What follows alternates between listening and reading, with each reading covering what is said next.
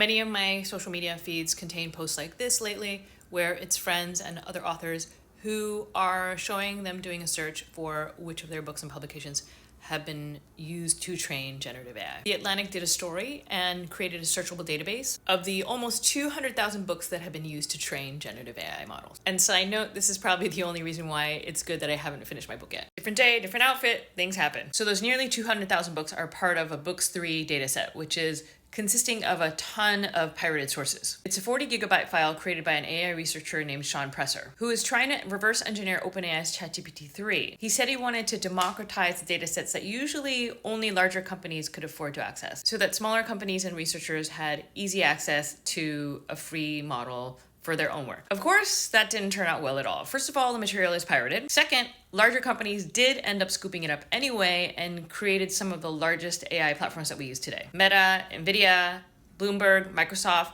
have all used this data set. And it is yet to be determined still, but other companies like Google and OpenAI have definitely used source material that has been pirated. So what can you do as a writer? For retroactive mitigation, you can set up Google alerts so that you know when unauthorized copies of your book or articles pop up online, and immediately send DCMA, Digital Millennial Copyright Act, takedown notices to remove your content. And there's very early research in opting out content from already trained models. For preventative mitigation, you can put a notice on digital or print copies of your books, articles, and other content that explicitly states that you do not permit the use of your material for AI training. And the Authors Guild is gathering signatures for a letter to CEOs of AI companies. So far, they've gathered 15,000 writers' signatures. For your online content, you can prevent web crawling and scraping by placing 2 lines in a robot text file in the directory of your website. And there are tons of websites that show you exactly how to do that, move by move. Also, for writers, creators, and artists, there's a website called Have I Been Trained, where you can upload your text or images to see if it has been used to train. An important note, that website, Have I Been Trained, was created by Spawning, an AI tool made by artists for artists who are interested in figuring out what it means to have consent around AI and your data and creation scheming used to train AI. And there's also createdon'tscrape.com, which is, again, artist created and run. This website keeps you updated on news and litigation, and there are several class action suits against the scraping and stealing of creators' content. Be careful out there, y'all. Protect your work, and I'll continue to share more resources as they come along.